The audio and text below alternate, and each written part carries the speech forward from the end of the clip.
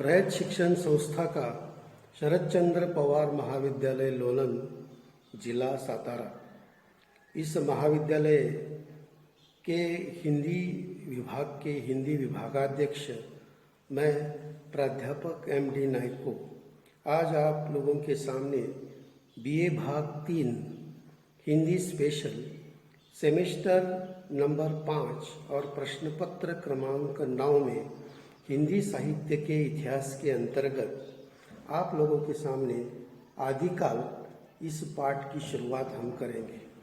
आदिकाल का जो कालावधि है वह संवत 1050 से लेकर 1375 तक है। यह निर्धारित करना कठिन है कि हिंदी का प्रारंभ कब से माना जाए। अधिकांश विद्वान हिंदी का प्रारंभ विक्रम संवत 770 से मानते हैं। उसके लिए उन्होंने पुष्प नामक कवि की रचना का आधार लिया जाता है या आधार लिया है, लेकिन यह रचना प्रामाणिक नहीं है। आचार्य रामचंद्र शुक्ल जी के मतानुसार प्राकृत की अंतिम अपभ्रंश अवस्था से ही हिंदी साहित्य का आविर्भाव माना जाता है। अतः उन्होंने संवत 1050 से यानी अपभ्रंश से हिंदी साहित्य का उद्भव बताया है। अपभ्रंश को पुरानी हिंदी भी कहा जाता है। आचार्य रामचंद्र शुक्ल जी का मत लगभग सभी विद्वानों को मान्य है। जब से अपभ्रंश भाषा साहित्यिक रचनाओं की माध्यम बनी, तभी से हिंदी भाषा धीरे धीरे साहित्यिक क्षेत्र में प्रवेश करने लगी, ऐसा माना जाता है। क्योंकि जब अपभ्रंश भाषा साहित्य की थी, तभी से हिंदी का या हिंदी भाषा का उदय हुआ है, ऐसा भी कई विद्वान मानते हैं। चंद्रधर शर्मा गुलेरी, मिश्र बंधु आदि विद्वान भी आचार्य शुक्ल जी के समर्थक हैं।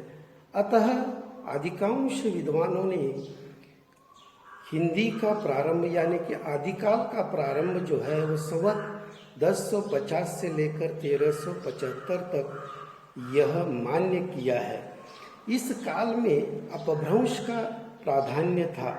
अपभ्रंश उस समय बोलचाल की नहीं अपितु साहित्यिक बोलचाल की भाषा थी, जिसका व्यवहार एक प्रचलित रूढ़ि के कारण कवि लोग अपनी रचनाओं में कर रहे थे। आचार्य रामचंद्र शुक्ल जी ने पूरे हिंदी साहित्य को 4 कालखंडों में विभाजित किया है। आदिकाल संवत 1050 से लेकर 1375 तक, दूसरा भक्ति काल संवत 1375 से लेकर 1700 तक, रीति काल संवत 1700 से लेकर 1900 तक और आधुनिक काल संवत 1900 से लेकर आज तक। तो आज हम सबसे पहला जो काल है आदिकाल, इस आदिकाल का नामकरण देखेंगे। आदिकाल के विभिन्न नाम हैं, यानी कि हिंदी साहित्य के संवत 1050 से लेकर 1375 तक के इस कालखंड को क्या नाम दिया जाए, इसके बारे में काफ़ी विद्वानों में मतभेद है।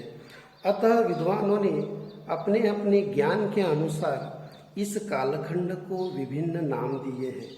इसमें पहला नाम जो है वीर गाथा काल, ये आचार्य शुक्ल जी ने दिया है।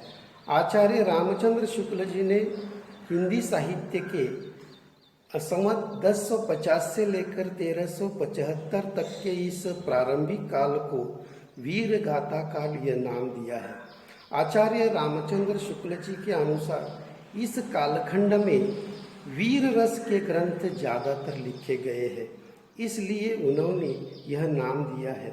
इसके लिए उन्होंने अपभ्रंश और देशी भाषा यानी कि बोलचाल की भाषा में लिखे गए 12 ग्रंथों के सबूत भी उन्होंने दिए हैं। इसमें अपभ्रंश भाषा के 4 ग्रंथ है। विजयपाल रासो, हम्मीर रासो, विजयपाल रासो, हम्मीर रासो, कीर्ति लता, कीर्ति पताका, ये अपभ्रंश भाषा के 4 ग्रंथ है। देशी भाषा के 8 ग्रंथ है। इसमें खुमान रासो, बिसलदेव रासो, पृथ्वीराज रासो, जयचंद प्रकाश, जयमयंक जसचंद्रिका, परमाल रासो, खुसरो की पहेलियाँ और विद्यापति की पहेलियाँ। अतः उपयुक्त ग्रंथों में वीर रस का चित्रण है, लेकिन इस कालखंड में सिर्फ वीर रस के ग्रंथ नहीं लिखे गए हैं, इसलिए ये नाम तर्कसंगत नहीं लगता है। दूसरा नाम जो है चंद्रधर शर्मा गुलेरी और धीरेन्द्र वर्मा ने दिया है। इस कालखंड को उन्होंने अपभ्रंश काल ऐसा नाम दिया है, लेकिन यह नाम जो है वह अपभ्रंश भाषा के आधार पर है, क्योंकि इस कालखंड में अपभ्रंश भाषा की अधिकता थी या प्रचलन था। इस नाम से कोई भी साहित्यिक प्रवृत्ति सूचित नहीं होती, इसलिए यह नाम भी बहुत से विद्वानों ने अमान्य किया है। तीसरा नाम दिया है चारण काल। डॉक्टर राम कुमार वर्मा ने इस प्रारंभिक काल को चारण काल कहा है, क्योंकि इस युग में अधिकांश कवि चारण कवि थे। ये सारे कवि राजाओं के दरबार में आश्रित थे। इन सभी चारण कवियों ने अपने आश्रयदाताओं की खुलकर स्तुति की थी, इसलिए बहुत सारे वीर रस के ग्रंथ लिखे गए। अतः इस युग को चारण काल कहा गया है, लेकिन यह नाम भी तर्कसंगत नहीं लगता। इस युग में अनेक साहित्यिक प्रवृत्तियां दिखाई देती है, इसलिए इस कालखंड को सिर्फ चारण काल कहना ये तर्कसंगत नहीं है। अगले विद्वान है राहुल सांकृत्यायन। राहुल सांकृत्यायन ने इस कालखंड को सिद्ध सामंत युग कहा है। उन्होंने हिंदी साहित्य के प्रारंभिक युग को 8वीं शती से लेकर 13वीं सदी तक माना है। इस शती में उन्होंने सिद्धों का साहित्य, नाथों का साहित्य, बौद्ध और जैनों का साहित्य भी अंकित किया है, लेकिन इस युग को सिद्ध सामंत युग कहना भी योग्य नहीं होगा या उचित नहीं होगा, इसलिए यह नाम भी काफ़ी विद्वानों ने खारिज किया है। आचार्य महावीर प्रसाद द्विवेदी ने इस हिंदी साहित्य के प्रारंभिक काल को बीज वपन काल ऐसा कहा है। उनके अनुसार इस युग में हिंदी साहित्य के बीज बोए गए तथा हिंदी की सभी प्रवृत्तियों का बीज वपन हुआ, इसलिए उन्होंने इस युग को बीज वपन काल कहा है। लेकिन हिंदी साहित्य का बीज वपन तो अपभ्रंश भाषा में ही हुआ था, इसलिए यह नाम भी योग्य नहीं है। इतना सब होने के बाद अंत में आचार्य हजारी प्रसाद द्विवेदी ने हिंदी साहित्य के संवत 1050 से लेकर 1375 तक के इस कालखंड को आदिकाल ये नाम दिया है, और बहुत सारे विद्वानों ने यह नाम जो है वो मान्य किया है। यह नाम मानव मनोविज्ञान के आधार पर है। किसी भी काल की शुरुआत हम आदि से करते हैं, इसलिए यह नाम योग्य है। निष्कर्ष रूप में कहा जा सकता है कि हिंदी साहित्य के प्रारंभिक काल के अब तक निर्धारित नाम अनुपयुक्त है। वास्तव में इस काल की साहित्यिक प्रवृत्ति पर अभी तक पूर्ण प्रकाश नहीं डाला जा सका है।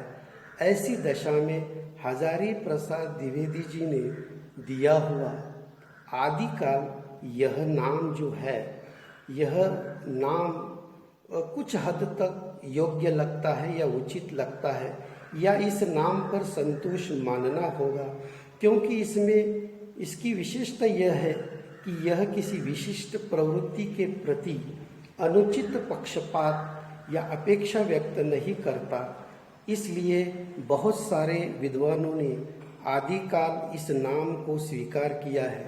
परंतु साथ ही साथ में आचार्य रामचंद्र शुक्ल जी ने दिया हुआ वीर गाथा काल, यह नाम भी उन्होंने मान्य किया है।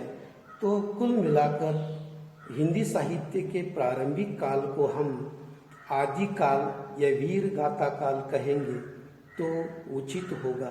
तो यहाँ हिंदी साहित्य का प्रारंभिक काल यानी आदिकाल को हम नाम दे सकते हैं आदिकाल। धन्यवाद।